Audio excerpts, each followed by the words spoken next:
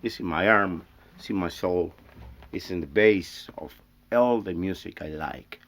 It's Little Richard, the queen of rock and roll. Fuck Fred Mercury.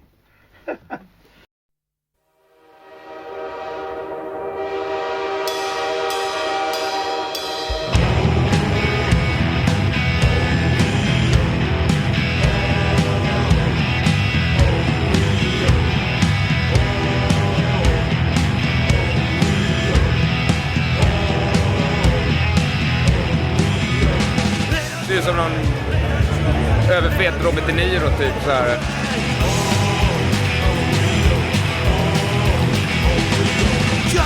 Jag lever ju hela tiden. Mer än de flesta rock'n'roll-musiker gör. Jag spelar nu med attityd spanska rock'n'roll.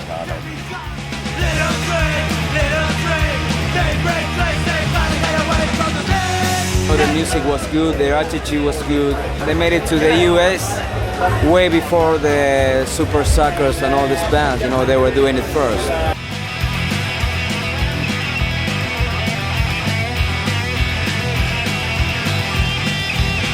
I think we were one of the last wild things in the rock and roll.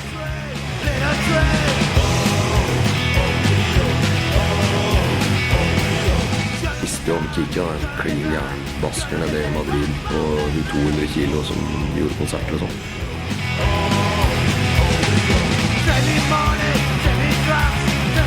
Hank, you better prepare notes for Spain tour.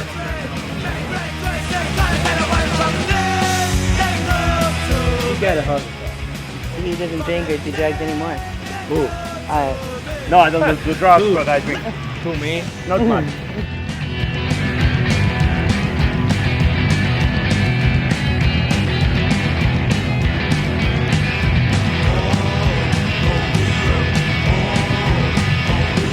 Han har gjort mycket tror jag, speciellt för skandinaviska band. Han är en sann musikälskare.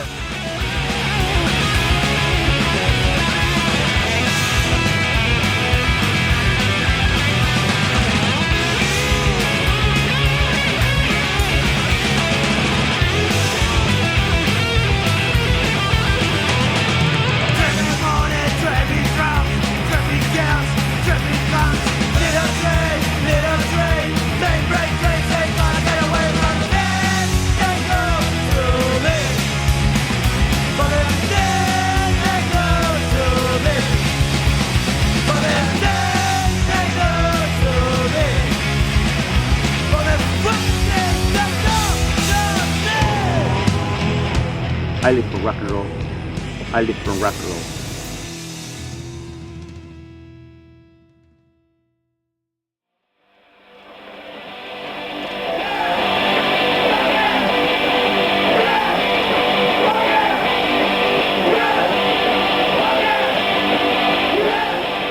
When I jump over the public and the public start running off the place. Yeah, they just apart, apart like the Red Sea. And I smash on the floor. And I got my tunies black for 3 months. But some guy like stamped on it, had this big shoe foot mark, footprint here. No, a normal foot. Wow, it was a big foot. No, not your. Not my foot. A big, regular foot. Because your foot is like this.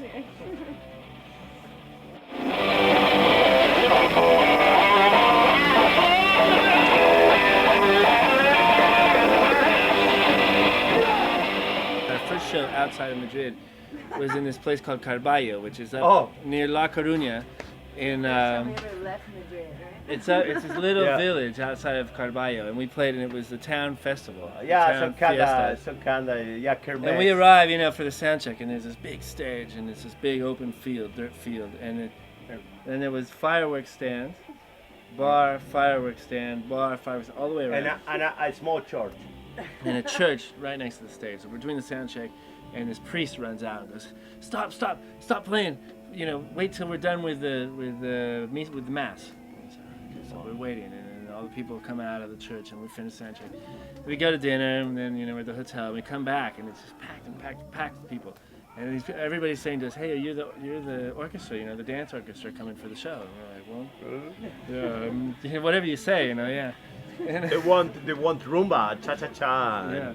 And so we start playing, and those days it was kind of like sort of revival, garage sort of stuff. Like firecrackers. And we're playing. Everybody's like carrying like these MC5s, it's like 80s, No, bottle rockets. We're playing. We get to there's supposed to be a drum break, right? We're in the song, and the drum break doesn't come, and our drummer, who was really great in those days, Miguel Angel, missed a beat, right? And it was like, well, he never misses a beat ever. And we look back, and he has this like giant tomato like smashed on his chest. And all of a sudden, just like tomatoes start coming down on us. Yeah. And we're like playing, and then bottle rockets, which the little fireworks right on the thing started like exploding on stage, and there was this like band of gypsies at the back that were shooting these like rockets at us, and they were like exploding on stage. The rockets, the firecrackers, and like a fucking war. I was like playing, going, "Don't stop, man! You can never stop." And there got to be where like you had to. Then the police came, right, and they like pulled up this van, this like riot van, in front of the stage, right, and they're like, "Stop playing!" And we're like there, and like we're like hiding behind the amps or something at this point. There's like shit flying, and finally the cops like escorted us out, and there was this like band of gypsies that were like they were with throwing the knives stuff at us, and knives and everything. But that was quite an experience. Our first time out of town, I didn't want to stop playing. It was like, come on, this is a fucking tomato or whatever. Jag upptäckte att det fanns punkrock i Spanien, ett band som heter Pleasurefuckers, som var riktigt jävla bra punkrock. Och det var ju Kike som sjöng.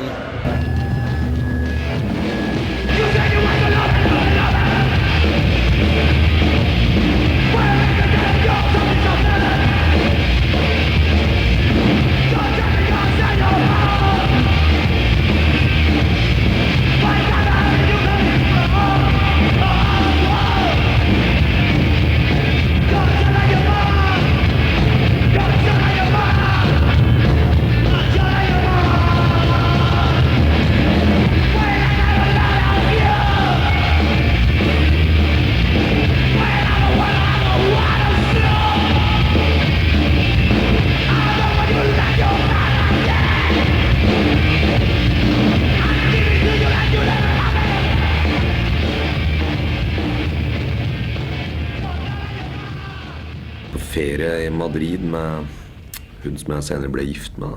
Vår første ferie, liksom. Så hadde jeg på en sånn Lucifer-genser, og så var vi og så Dictators da, på en sånn klubb i Madrid. Og da så jeg at han var der. Og så spurte han hvem var Lucifer, de kjenner jeg til. Lucifer, og det var det sånn. Og så sa jeg at jeg var biff. Og så da ble vi liksom invitert om han hadde liksom balkong der på den klubben. Det var liksom hans sånn nummer, han var liksom kongen på den klubben.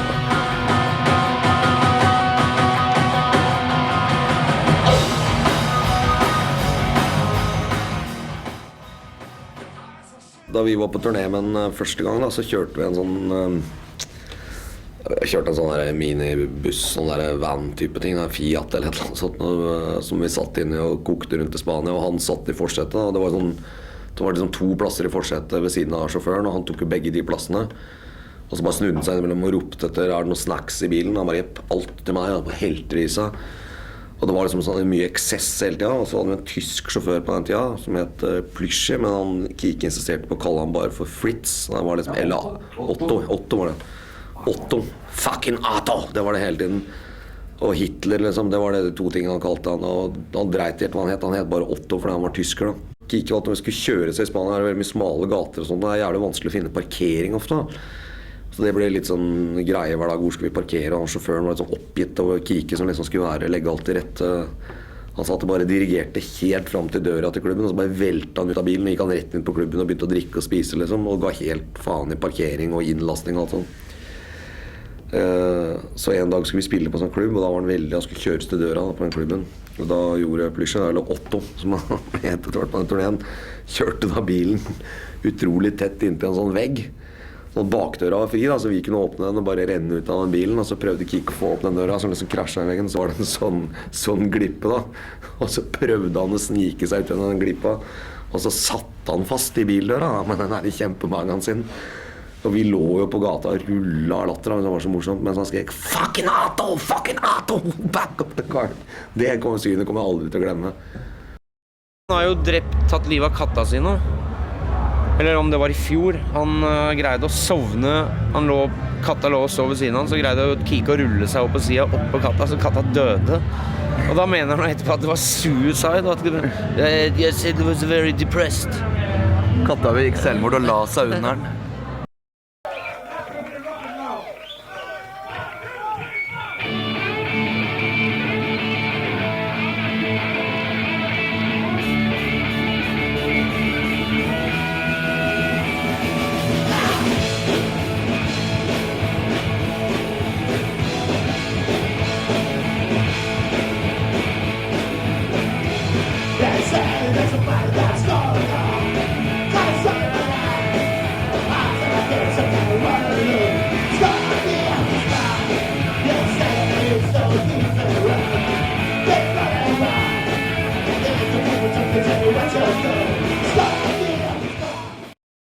Jeg skjønte at dette var en skikkelig partymaskin. Det var første gang jeg møtte han. Det var på Popcorn i Köln. Og så kommer han bare gående til meg. Hank, you better prepare nose for Spain tour. You're going to Spain, prepare nose. Veldig viktig, og det er viktig å ha neseborene oppe, for det er så mye kokain der. Og det han var veldig stolt av det da.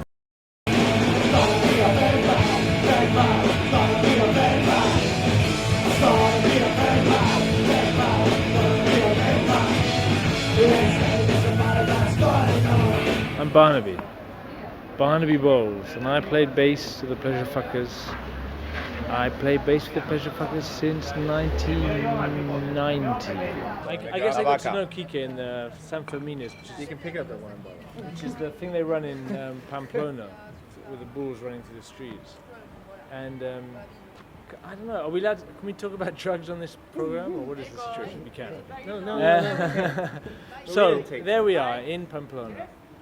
We chop up some lines on the car, which is sitting there neatly, so we can all do some lines. It was after you joined the band. No, I was there. Oh yes, before. Yeah. And we do the lines, and the car starts up, and everybody's taking the line except for Kike. And so the car starts to run up the hill, and Kike's there with the straw in his nose, and he's got to follow the fucking car. So no, I'm good. I lick my hand, and when it was wet, I do like this with the wall lines and whatever was over the car. Like a man. Don't touch my belly.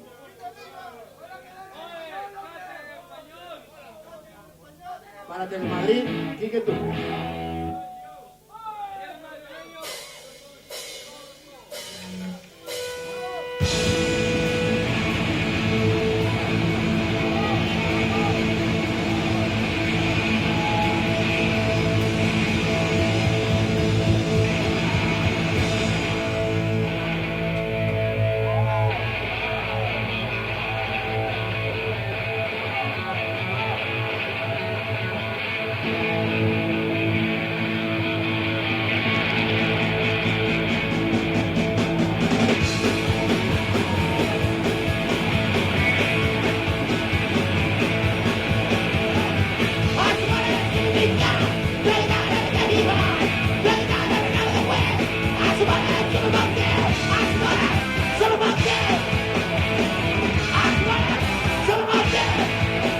You arrived to the band. That was the beginning. Barnaby, you arrived to the band at the same time that Marga arrived to my life. That's true. Nomads. I started playing bass at the same time. Where's Marga? I started playing bass at the same time as Marga started sucking his cock, which is pretty cool. Let's face it. Somebody had to. That's something good and something bad happens at the same time. One meet Marga and the other is meet British metrosexual number one. I wasn't metrosexual then. It didn't exist.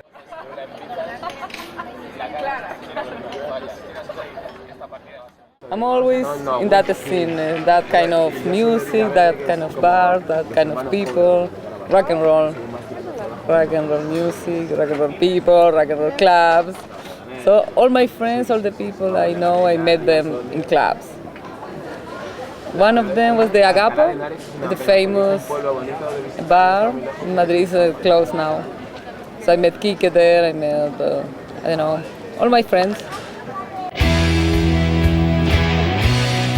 I started going with the Pleasure Fuckers as tour manager because they said, we need a tour manager, you can come with us. I said, okay, I will take care of the money and the merchandising, I can sell the merchandising.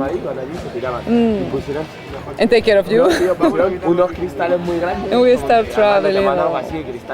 In Spain, I was traveling all the time with them. Because I don't know, 3-4 years. We were traveling all over Spain, all over Europe. And it was really funny with the Pleasure Fuck. It was an adventure to go with them. They are amazing people, really funny people. I don't know people like them. They are so special. Each one is really special people. They are really, really funny. And every night we used to go, I don't know, we used to go to a different country, different city. And they found friends everywhere. Talk about Carol. Carol was a beautiful girl in Perigord. Very good. Who would Very good. make sure that the gentlemen enjoyed their evening after the concert. I don't remember the dog story. I'm sorry. Carol's dog. Maybe Ramon was Le chien. There was some story with the dog. Maybe Mike could tell you. Excuse me, if you could switch around to Mike. Le chien. No, better Barnaby. I don't remember the details of the story. I think you were involved, and I think Ramon was involved. The drummer. No, it wasn't Tomas. Ramon. Tomas was involved. Okay, so we were all sleeping in this house, in this living room. We're all in sleeping bags, and at some point during the night, Carol decides to give a blowjob to the drummer. And so she's like sucking him off. And her dog, this big dog. No, Barnaby, it was humping Carol. No, at that point I wasn't humping Carol. She was, yeah. I don't know about Barnaby's involvement, but anyway, at one point, the dog got in on the action. So while Carol was licking his cock, the dog came from behind and started licking his balls from behind. And we heard the slurp, slurp, slurp sound. Carol was giving a hand job. It was a hand job. You tell the story. You remember? No, Barnaby knows. I wasn't there. No, Kike, that was later. I was without any conscience, lying in the floor, drunk like a fucking bastard. Right. So, I heard this story. I didn't see it. I heard this story. So well, the story didn't even happen. While Barnaby was humping Carol, she was giving a blowjob to Tomas, the drummer, at the same time giving a hand job to the dog. And then we dedicate an album to Carol. But they were sort of separated incidents. It wasn't all at one time. Or at least I don't think it was. Kike remembers it that way.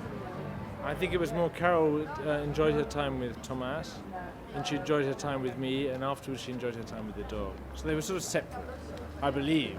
At least that's how I remember it.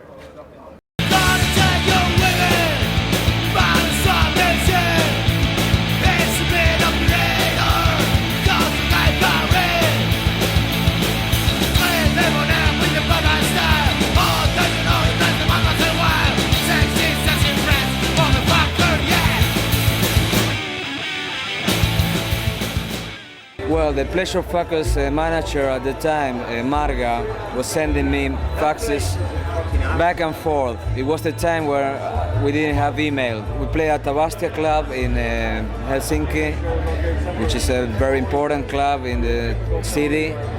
And I was discussing with the owner of this place about their rider list, actually. They wanted only meat, food, nothing like vegetable, double size plates, and all sort of a long list. I was really fighting with this promoter guy to get them through, because I told them this is a band, very big band from Spain, and it came to the point where the gig was on, and these guys were not arriving. So I went crazy. I started to call, Marga or the manager or somebody in the band, all the phone numbers I had, because both of us bands had organized this gig for them to play. Dedicated to Kike Turmix, Spanish blood! I want to see you clapping your hands, come on! And when I got the phone, you know, I was in front of the owner of the club. Where are they? You know, they should be doing sound check at this moment. And I got this answer: no, we are in Austria now. You know, what the fuck are you talking about? You know, like, we cannot make it to Finland at this moment. You know, and I was going, oh really? Like, so I had to explain something that the car broke down or whatever. They were on the way. I was so ashamed to even tell the truth. You know, like unfortunately they could not come. You know, but we play the shows anyway.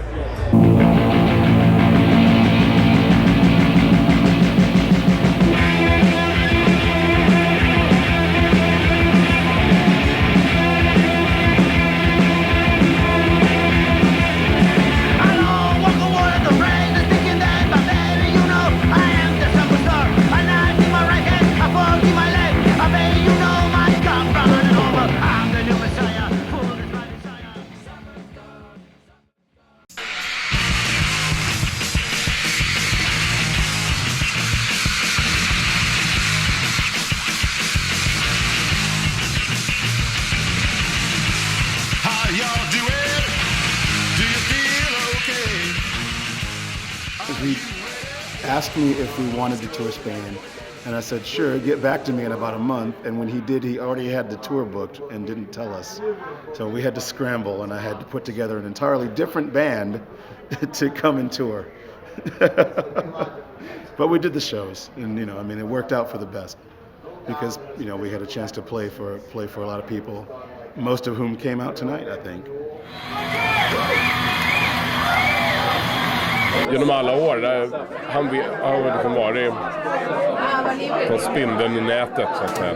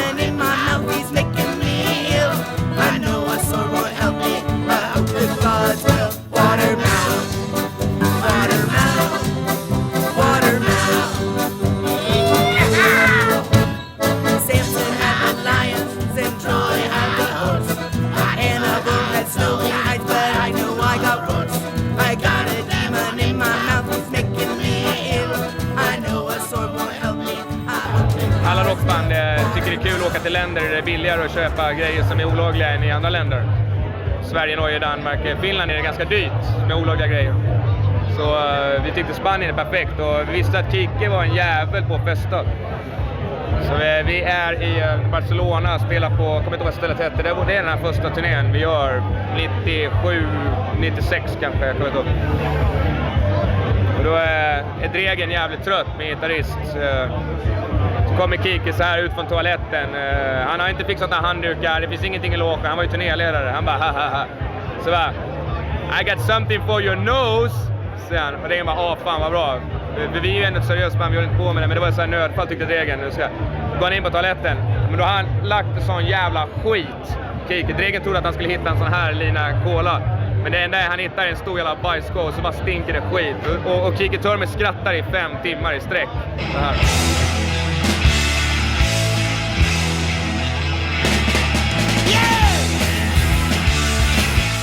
Han snakker veldig mye om drinking contest. Og hver gang vi kommer til et nytt sted, de gutta her, vi skal møte noen, de er noen jævla tøffinger, så du behøver ikke utfordre de til drikkekonkurranse. Og så kommer vi, og så sitter vi her og drikker som vanlig for gig. Så kommer de her tøffingene etterpå. Dere er jo som drikkemaskiner, sier de da. Så var det ikke sånn drinking. Det er for at mange er veldig fysisk små av vekst. Så de har ikke samme kroppsmassen. Så de kan liksom ikke drikke så mye. Men selv er den glad i den.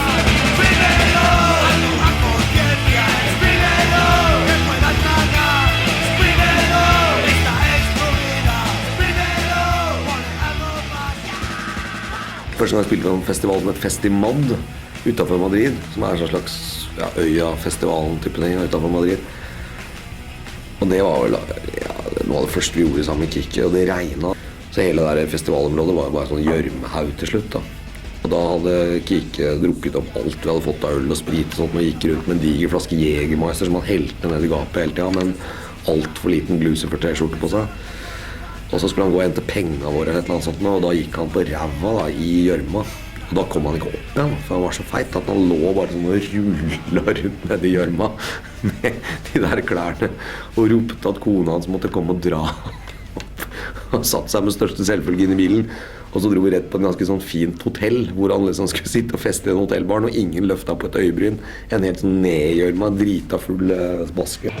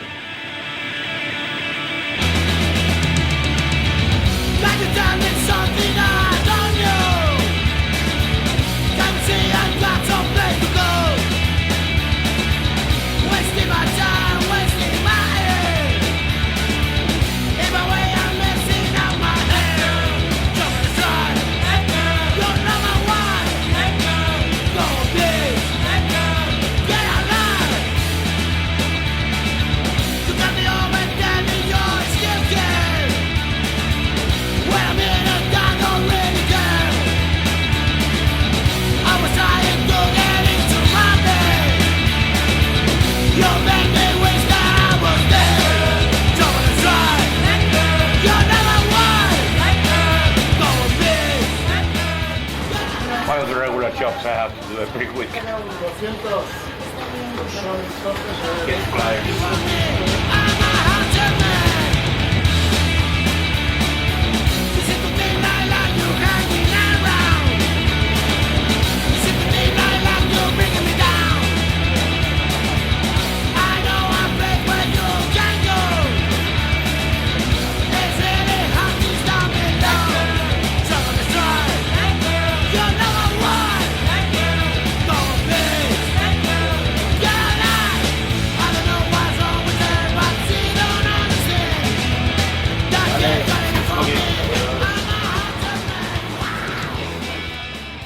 Han öppnade ju verkligen upp Spanien för oss. Så vi var ju jätteglada och sådär. Och det blev ju en turné som på ett sätt var liksom bara en lång karneval. För att det handlade lika mycket om att möta människor som betyder någonting för Kike. Som det handlade om att framföra konserter. Som det handlade om att så här, se till att man orkade liksom festa också hela natten.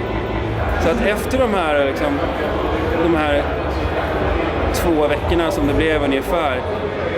Så vi var helt körda. In that time, at the end of the 90s, it was like a continuous, huge stream of Scandinavian bands, and everything was, all the bands were amazing. So I decided to do that Riot on the Rocks compilation, put in around 20 bands in 25 bands per compilation. We get Riot on the Rocks for the sole reason that it was the Helicopters song that I got on the 7-inch. As well, the label newspaper used to call Riot on the Rocks. And so we did 3 of those compilations on a budget price. We were selling in the shops for no more than €6. Welcome to rock and roll heaven. This is Diego. He's one of the owners of Record Runner. He's rock and roll headquarters in Madrid since 20 years ago. The people is not buying too much rock and roll. I don't know why, because I think it's probably because of the internet. All the people take the music from internet and they don't buy too much records. Yeah. It's not like 15 years ago that everybody was, there were collectors from 15 years old till 40. Now most of the people is around 35, 40 years old. Yeah. Yeah. The old ones.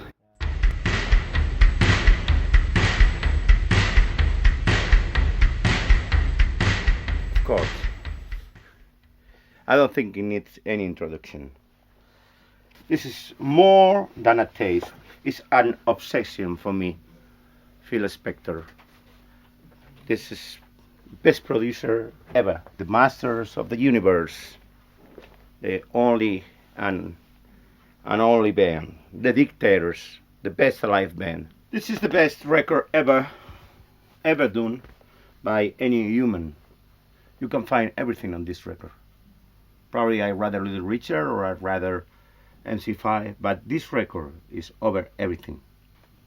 The 30 Floor Elevators. Rocky Erickson is one of my big heroes as well. Probably if I have to burn my whole collection of records and only let one survive, it will be that one. I saw Blue Oyster Cult like 7 days before Franco dies.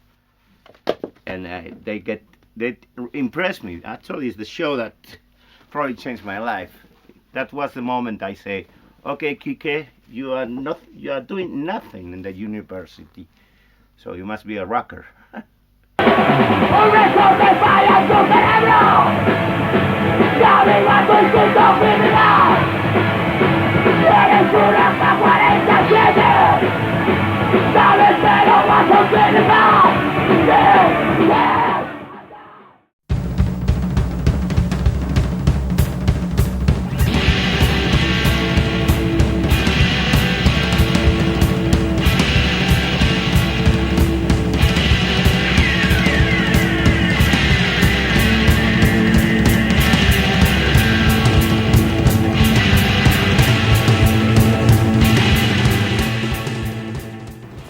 This is the place where I grow. Actually, I learn how to walk, I learn how to swim, I learn how to date girls, I learn how to make love. I learn mostly all the things you have to learn in your life. I learn them in this place, in this beach. Pas vrai, quel connard, sexy French motherfucker! Yes, you went to the place yesterday night, to the Sokoa. It's just in the back of the television, on the back of the camera. It's a small club. I started playing records there, like back in '73, something like that, or '72. I don't remember exactly the year. In summer, more as hobby than as job. You know, it was an easy way to get into the disco. For free, and have free drinks and date girls, basically. Just looking for girls. It was the main question. And be the hip guy, you know, is the guy who brings the new Dolls records here, or the new Slade on that time records, and play it for the people.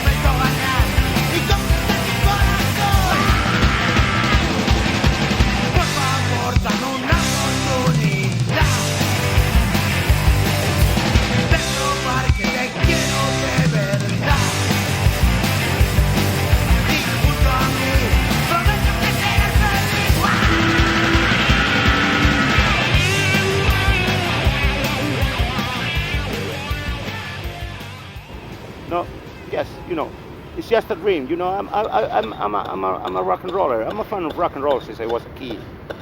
So at the end, become, you were like my idols, my stars.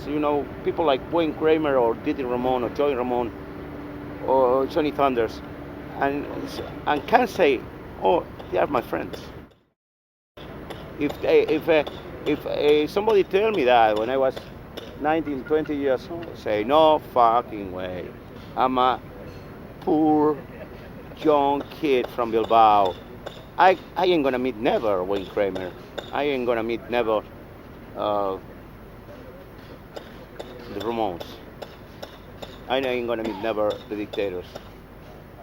And now, okay, I have played with them. Even.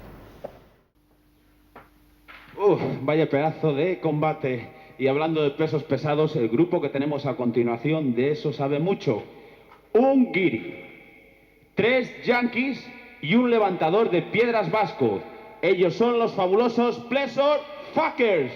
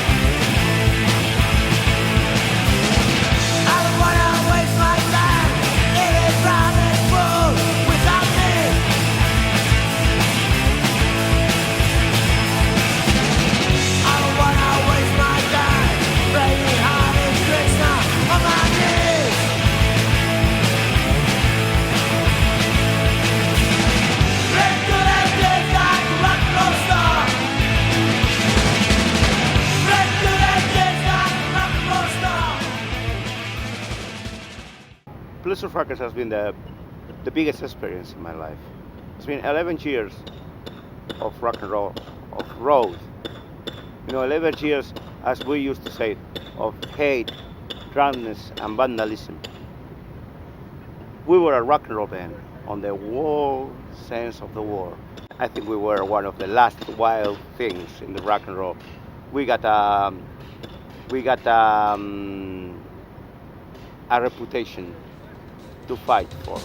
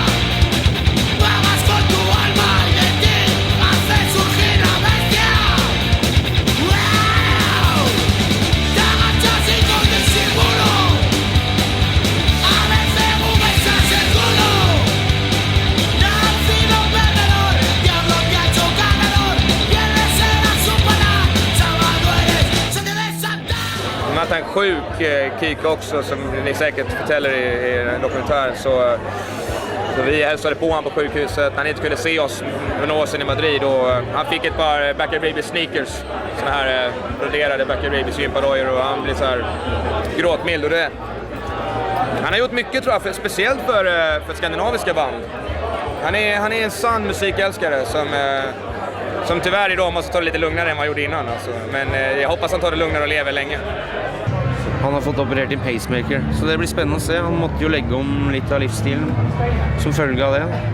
Blant annet han kan ikke gå gjennom våpenkontroller eller nærheten av røntgenmaskiner eller store magneter. Så det klart, det fordrer jo til litt endringer, det. After he had the heart attack, he would come to the same shows as always, and he said to me one night, no, Bono, I was like, Kike, you can't drink, man, you just had a fucking heart attack. And he goes, don't worry, I've only had like 3 vodka and tonics and 1 line. I'm taking it easy.